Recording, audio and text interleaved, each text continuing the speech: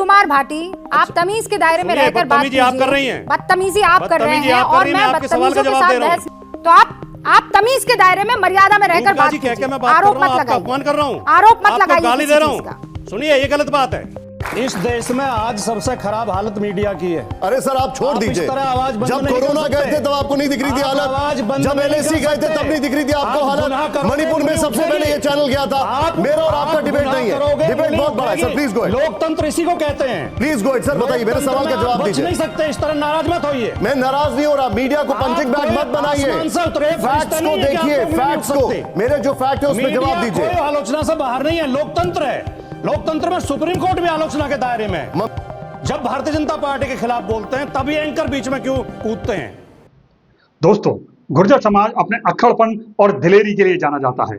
इसी समाज में एक ऐसा शख्स भी है जिसके वीडियो अक्सर सोशल मीडिया पर वायरल होते रहते हैं। टीवी डिबेट में वो छाया रहता है और उसके तर्कों का सामना करना बेहद मुश्किल है। चाहे कोई प्राइम टाइम एंकर हो या बीजेपी का प्रवक्ता, बिना धुलाई के उससे बच नहीं पाता।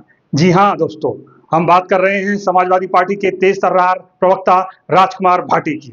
लंबे कद और साधारण सी वेशभूषा वाले राजकुमार भाटी का बीजेपी प्रवक्ता सामना करना नहीं चाहते। कई बार राजकुमार भाटी को घेरने की कोशिश हुई, लेकिन हर बार बीजेपी प्रवक्ताओं को मुंह की खानी पड़ी। एक बार उन्होंने बीजेपी के तेज तर्रार प्रवक्ता सुधांशु त्रिवेदी को ही रगड़ दिया।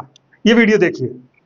अदम गोंडवी, उन्होंने समाजवाद के अंदर जो बुराइयां आ गई इतनी जल्दी, उससे दुखी होकर लिखा था कि काजू भुना है प्लेट में, विस्की गिलास में, उतरा है रामराज यो विधायक निवास में। और उनका शब्द आगे, पक्के समाजवादी हैं तस्कर हो या डकैत, कितना असर है खादी के उजले लिबास में। तो समाजवाद और सेक्युलरिज्म दोनों कहां पहुंचा है और राष्ट्रवाद आज कहां पहुंचा है? सुना दीजिए, सुना दीजिए। टोकती हैं फिर?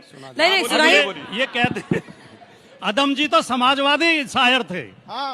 उन्होंने हमारे लिए 2 पंक्ति लिख दी, आपके लिए तो पूरी गजल लिखी है। सुन लो, ये बच्चे सुन लें।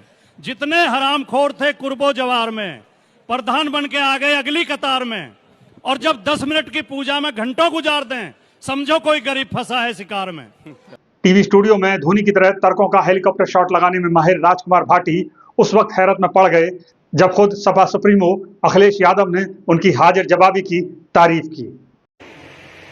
कि भारतीय जनता पार्टी सबसे ज्यादा पैसा खर्च करती है अपने प्रचार में, और टीवी चैनल से लेकर के सबका इंतजाम कर रखा है उन्होंने। और आप और हम कल्पना नहीं कर सकते हैं कि एक एक चैनल वाले को कितना पैसा देते होंगे लोग, एक एक एजेंसी को कितना पैसा देते होंगे। लेकिन जब भाटी जी का एक डायलॉग निकलता है, उनके अरबों रुपया खराब हो जाते हैं, वो काम नहीं आता। और सच्चाई तो ये है कि इन्होंने अपने आप स्थान बना लिया।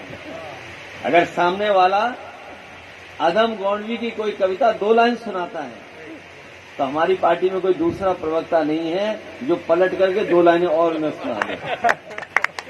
और सोचिए कितना वायरल हो रहा है।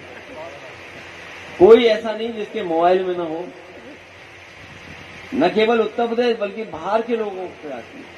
तो ये गुर्जर समाज, ये वो समाज है जिसमें टैलेंट तो है ही है, लेकिन राजनीतिक परिस्थितियों में भी मुकाबला करने के लिए तैयार है। इसलिए हमें पूरा भरोसा। दोस्तों, जानकारी के लिए बता दूं कि राजकुमार भाटी कबीरपंथी हैं और पाखंड कतई बर्दाश्त नहीं करते।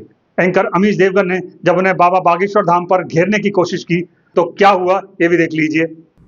एक आप अभी एक सज्जन की फोटो दिखा रहे थे, प्रधानमंत्री भी उनके आश्रम में अभी गए हैं, धीरेन्द्र शास्त्री की। बाबा बागेश्वर धाम, बाबा का है, गोयल नया लड़का है, जवान लड़का है, धीरेन्द्र शास्त्री है। बाबा कैसे है? वो प्रधानमंत्री तो कह रहे थे मेरा छोटा भाई, आप कह रहे हैं बाबा।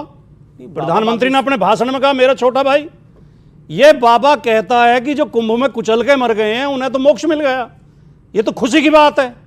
क्या सुधांशु त्रिवेदी और अमीश देवगन इसका समर्थन करेंगे? कोई बात का समर्थन स्वामी जी समर्थन करेंगे? मैंने खुद सवाल। अब सवाल उठता है कि आखिर राजकुमार भाटी हैं कौन और समाजवादी पार्टी से कैसे जुड़े। दोस्तों, राजकुमार भाटी उत्तर प्रदेश के गौतम बुद्ध नगर जिले के रहने वाले हैं। वो एक साधारण किसान परिवार से आते हैं और आर्थिक कठिनाइयों के बावजूद उन्होंने ग्रेजुएशन, पोस्ट ग्रेजुएशन और LLB तक की शिक्षा हासिल की। 1987 में भाटी ने अपना कैरियर एक पत्रकार के रूप में शुरू किया और फिर एक कॉलेज में प्रोफेसर बन गए। उनकी जिंदगी में एक बड़ा टर्न तब आया जब उन्होंने 2009 में समाजवादी पार्टी ज्वाइन की। पार्टी ने उन्हें राष्ट्रीय प्रवक्ता बना दिया। वैसे मैं बता दूं कि राजकुमार भाटी को पढ़ने पढ़ाने और समाज सेवा का शौक हमेशा से रहा है। राजकुमार भाटी कई किताबें लिख चुके हैं। यही कारण है कि जब स्टूडियो में उन्हें घेरने की कोशिश होती है तो जवाब तूफानी होता है। एक बार जब बीजेपी प्रवक्ता सुधांशु ने उन्हें एक श्लोक को लेकर घेरने की कोशिश की तो राजकुमार भाटी ने उनकी बोलती बंद कर दी। ये वीडियो देखिए। वो स्वतंत्र रहने योग्य नहीं है। भाई पढ़े और भी अधिक हवा बोल रहे हो। अगर बोल दिया तो सुनो, अगर नहीं पढ़े, अगर बोल दिया अगर नहीं पढ़े, अगर नहीं पढ़े का श्लोक बोल दिया तो अगर बोल दिया तो बोलिए यत्र नार्यस्तु पूज्यन्ते रमन्ते तत्र देवता बोल दिया। अब बोलिए आप। इसमें तो कहा गया यत्र नार्य। अरे सुनिए, तो यही है। सुनो, आप पढ़े लिखे विद्वान व्यक्ति। अब आपको बता दो। सुनिए मेरी बात, सुनिए। जब आपने पूछा, नहीं सुनिए, जब आपने पूछा है, ये मैंने पढ़ा है, आपने भी पढ़ा है, लेकिन आप छिपा रहे हैं ना। ये जो यज्ञ नारायण पूजनते का मतलब है, मनुस्मृति उठा के पढ़िए। शादी के समय पे लड़की को आभूषणों से सजाया जाए, उसको दान दिया जाए, इसको पूजनते कहा गया है मनुस्मृति में। वो पूजा नहीं है, सम्मान। और हम कह रहे हैं पूजा मत करो, सशक्त करो उसे शिक्षित करो, उसे रोजगार दो। हम पूजने के लिए कब कह रहे हैं?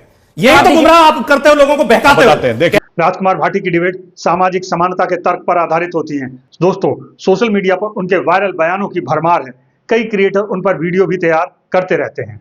देखिए, उमेश पुरी जी बैठा रखे हैं साधु वेश धारण करके। साधु तो ये नहीं है, लेकिन साधु वेश में बैठे हैं।